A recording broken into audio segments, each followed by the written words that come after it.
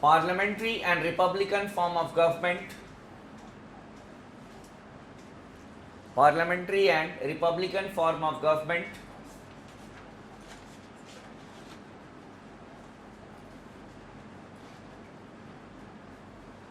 the ideal of welfare state, ideal of welfare state, secularism,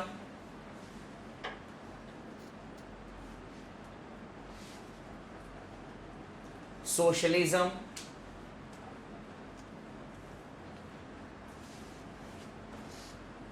federalism,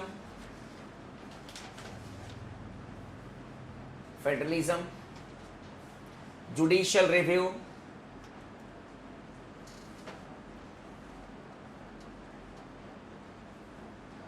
rule of law,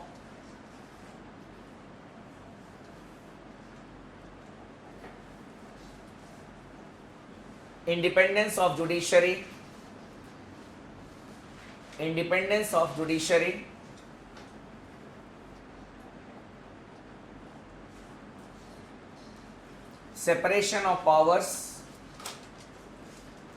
separation of powers, between the three organs,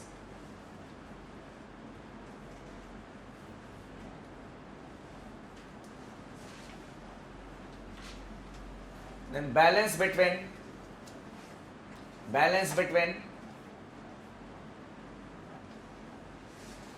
the fundamental rights and directive principles,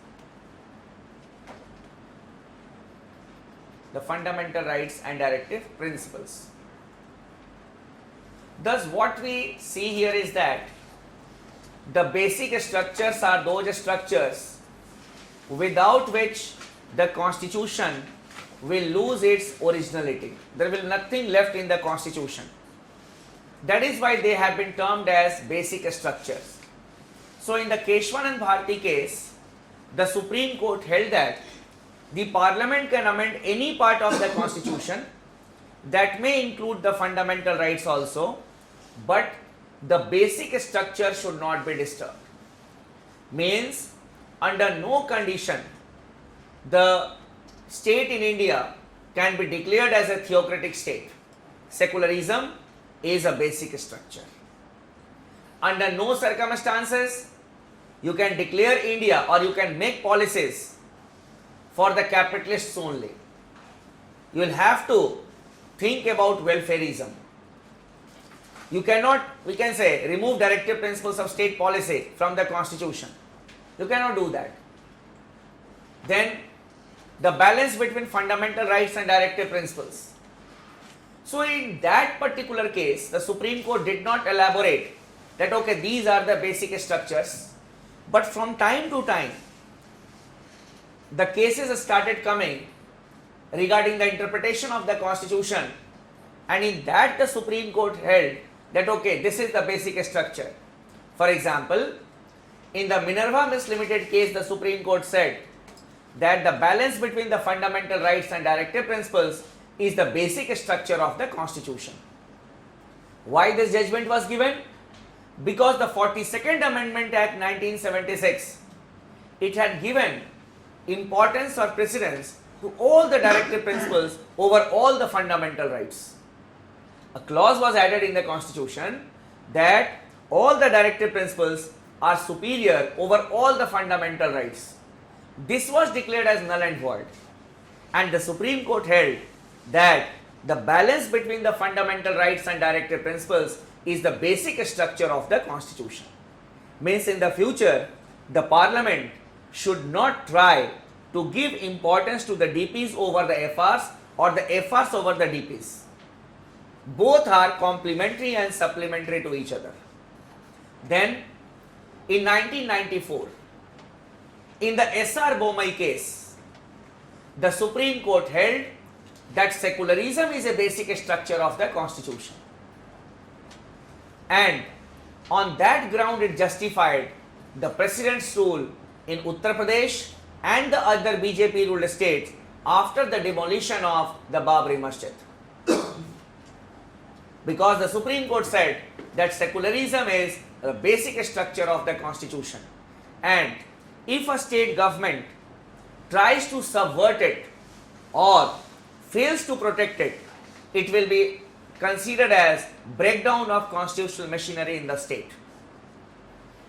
So in various other judgments, that is what we have written here, in various other judgments, the Supreme Court has let us know that okay, these are the basic structures of the constitution, and we see that the basic structure has put limitations on the law making power of the parliament or the state legislature. So recently, जो मैंने वो May ban के बारे में, so उसे Shukla reject कर रहा हूँ, जो वायलेट नहीं होंगे. What happened? May ban हो गया कि मतलब आप डिसाइड करते हैं. The thing is that the food habit, it is not secular, we can say as such. For example, there are certain things which are, the decisions are taken in the larger public interest, because when you live in a society, you need to take care of the feelings or the emotions of the other people also, because we are living in a human society.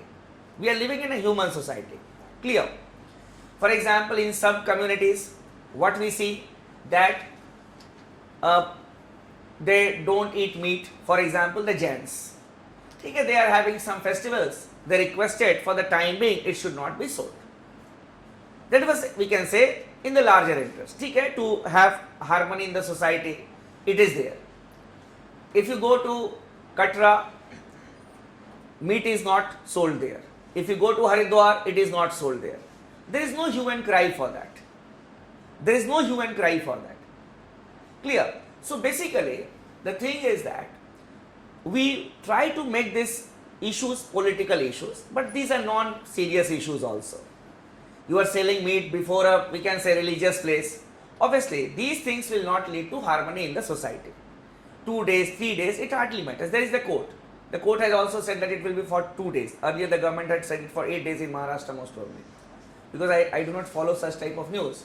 But yes, it is not against secularism, but yes, it is to have, we can say, it is keeping in interest the emotions of certain sections of the society. Now coming to the next case that was there, which upheld the basic structure doctrine, that was the Minerva Mills Limited case.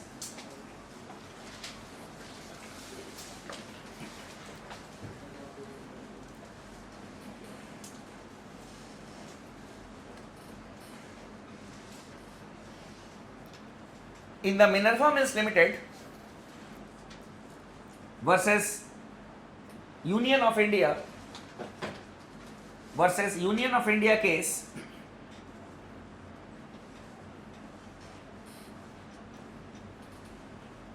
(1980),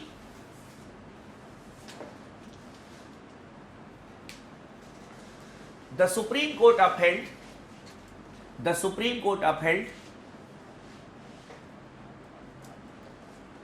the basic structure doctrine. It upheld the basic structure doctrine.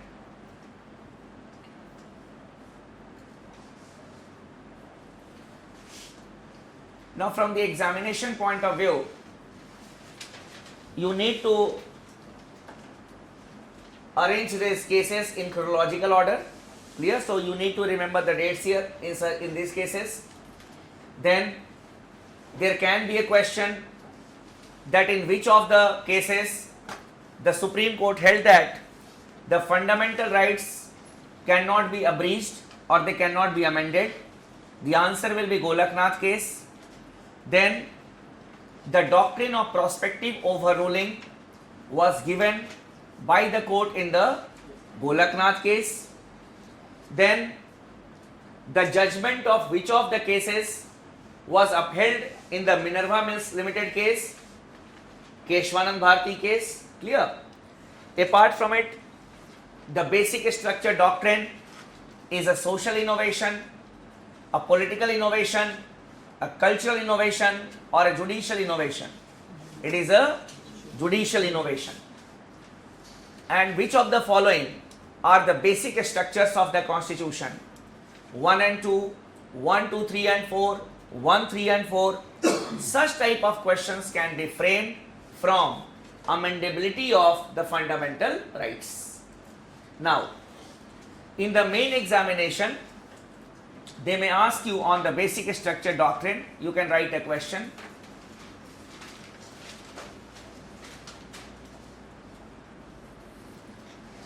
The ever increasing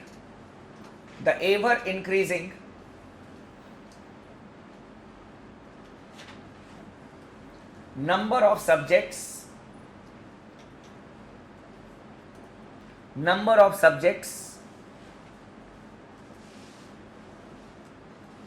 the ever increasing number of subjects in the list of basic structures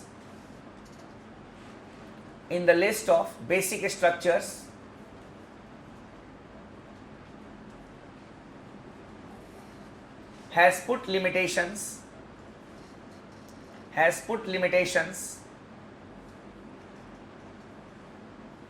on the lawmaking powers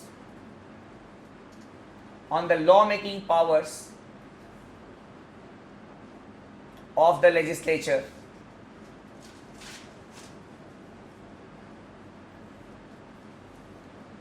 Quote unquote, that is within inverted comma, comment.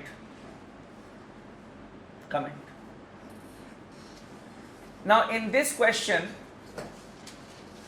we have written that the ever increasing number of subjects in the list of basic structures. So here you'll have to talk about the basic structure doctrine, but the approach of the answer should be a bit different. You should not just start with the basic structure doctrine.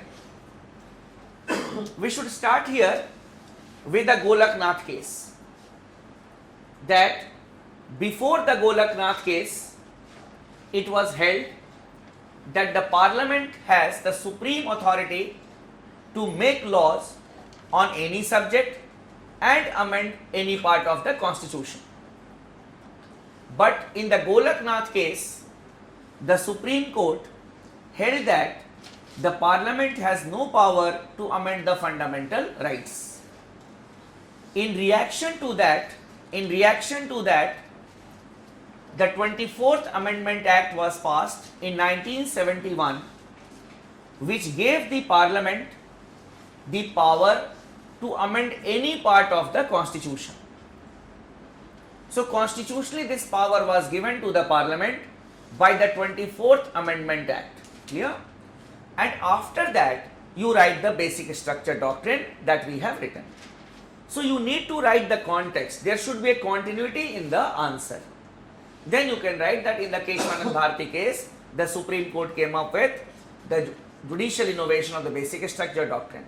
And then you can write in the conclusion that no doubt the parliament has the power to make laws on any subject, but as we see that the subjects in the basic structure doctrine are increasing day by day, it is putting limitations on the power of the parliament to make laws. Now coming to the next thing that we need to discuss in the fundamental rights, it is suspension of the fundamental rights. Sir, what does this case speak about? It is violation of fundamental rights to right to property or any other? Which one? It is simply Richard case and next one is substance. All the cases are related with your right to property. Okay? All the cases are related to the right to property basically. Whether it was Shankari Prasad versus State of India case, Sajjan Singh, State of Rajasthan case. Now what the states had done, they had passed the land reform acts and they were added in the 9th schedule. Clear? So that is why they were challenged, because they violated the right to property, which was a fundamental right at that point of time. So in this question, comment, we have to agree with the statement. It all depends on you. Comment whether it is correct or not correct. Clear? We go against also. It all depends on you. and obviously on the type of question that it is.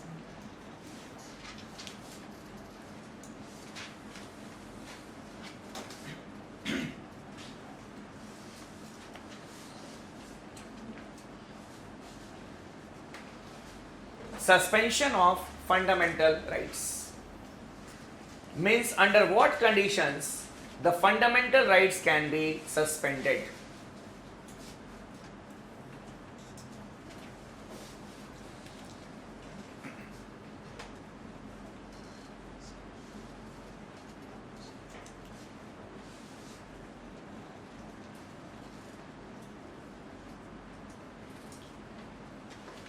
Under Article 358, the fundamental rights under Article 19,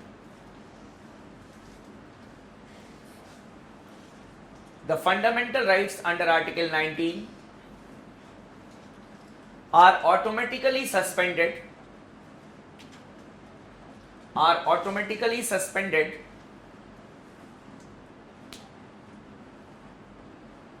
if the national emergency is proclaimed, if the national emergency is proclaimed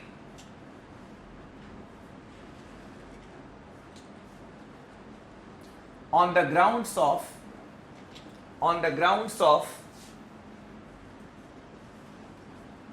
war or external aggression.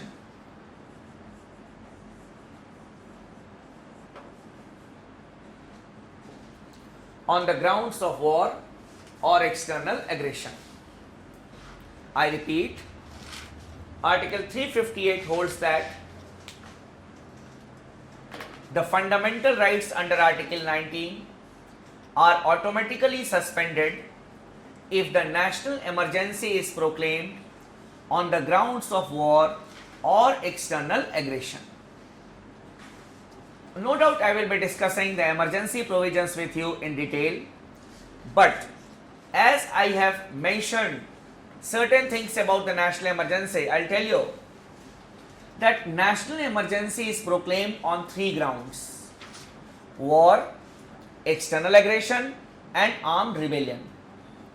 Now, if the President proclaims the national emergency on the grounds of armed rebellion, your 6 democratic freedoms under Article 19 will be there with you.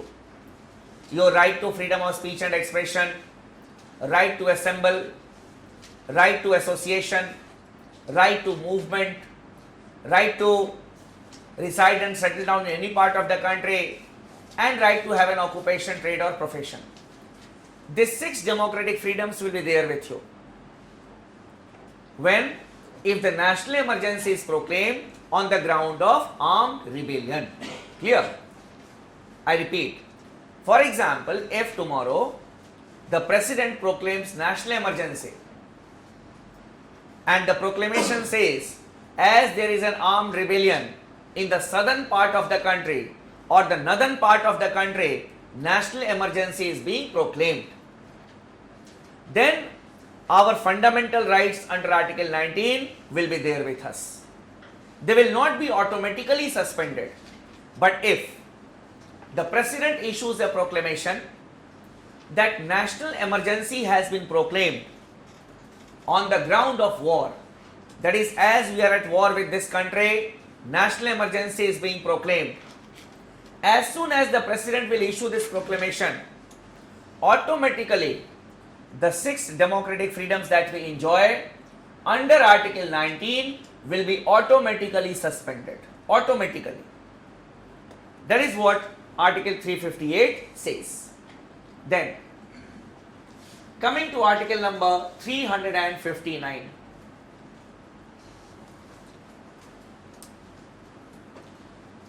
Under Article 359,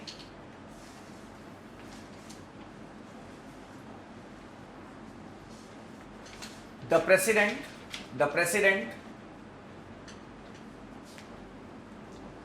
may by a separate proclamation, the President may by a separate proclamation can suspend all other fundamental rights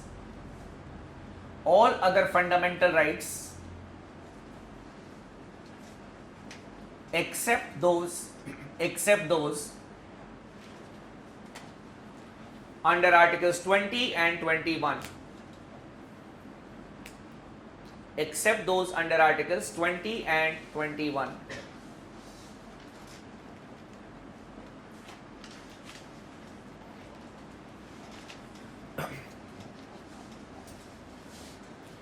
So on the same day, along with the notification of the emergency, the president, if he wants to suspend all other fundamental rights, then he'll have to issue another proclamation that these fundamental rights are being suspended.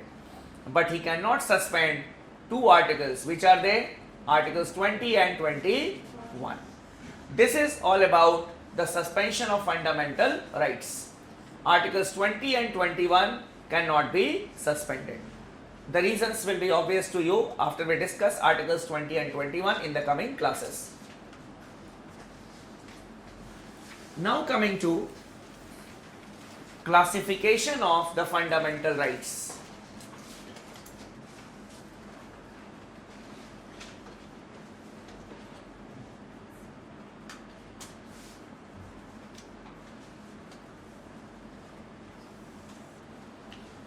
Classification of fundamental rights. The Constitution has classified the fundamental rights into 6 categories.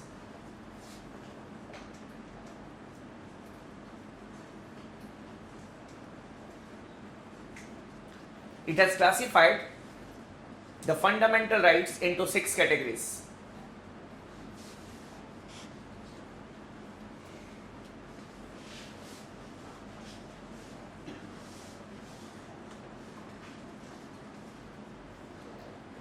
Right to equality,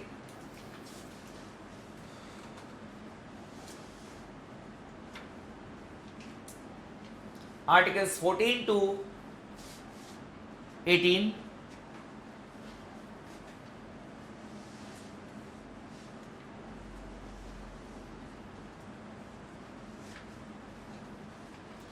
right to freedom,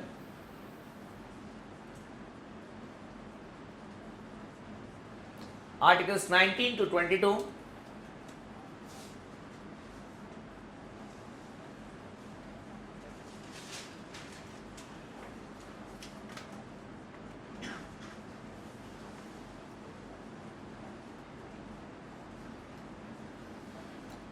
right against exploitation,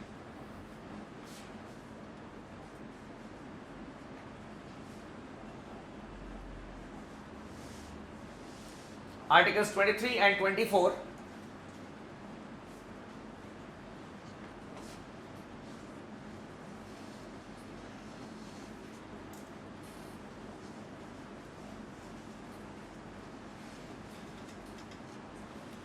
right to freedom of religion,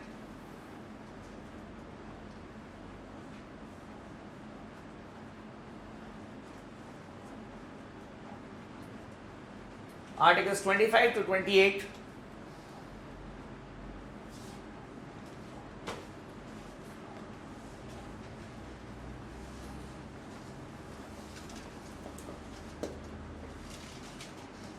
cultural and educational rights. These are also known as minority rights.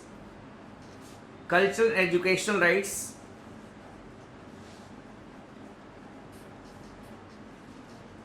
articles 29 and 30,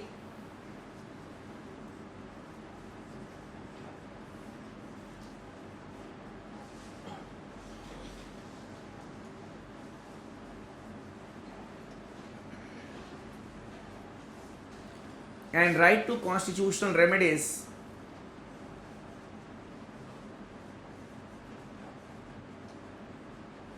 article 32.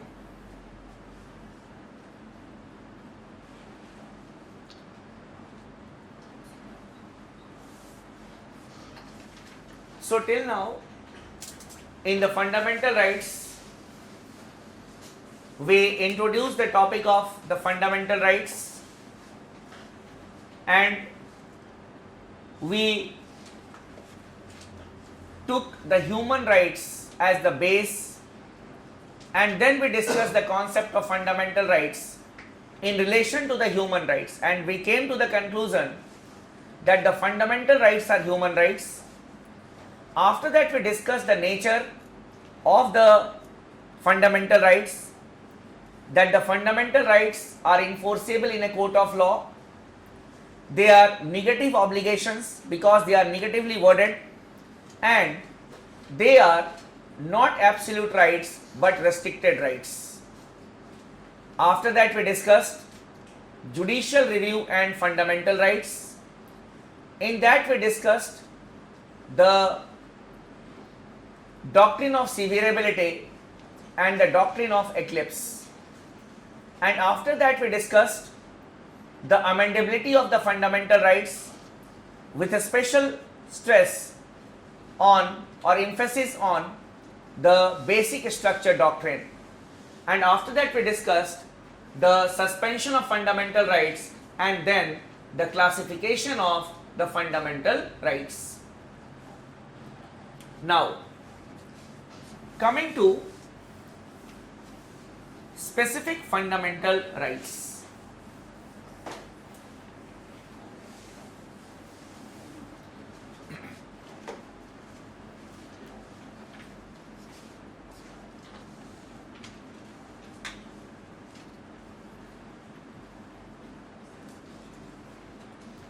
Right to equality,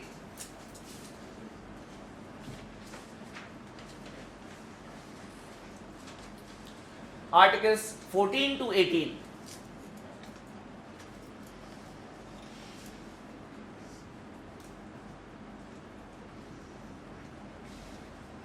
Article 14, it gives us two types of equality. One,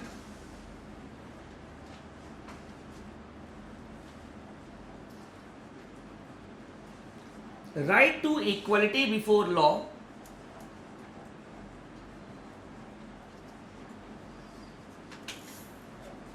and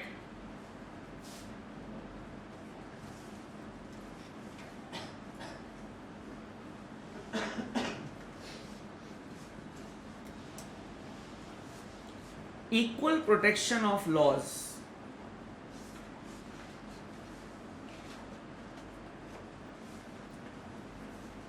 Equality before law and equal protection of laws. Equality before law, it is a concept that we have taken from United Kingdom.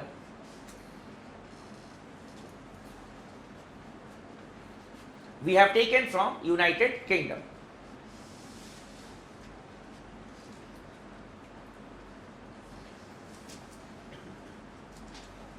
It holds that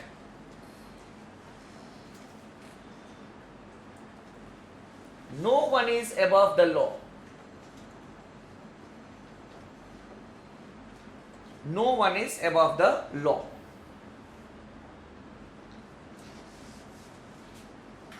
And all are equal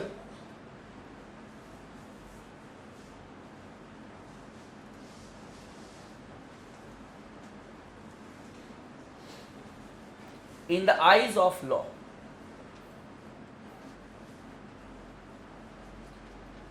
No one is above the law and all are equal in the eyes of law. That is the concept of equality before law.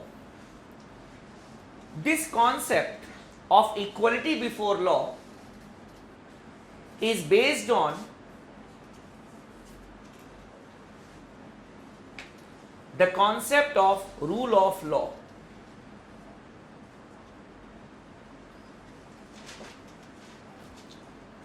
It is based on the concept of rule of law.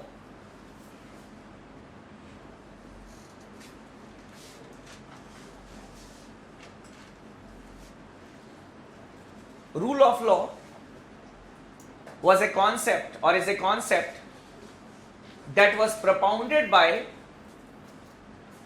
the Greek philosopher Aristotle.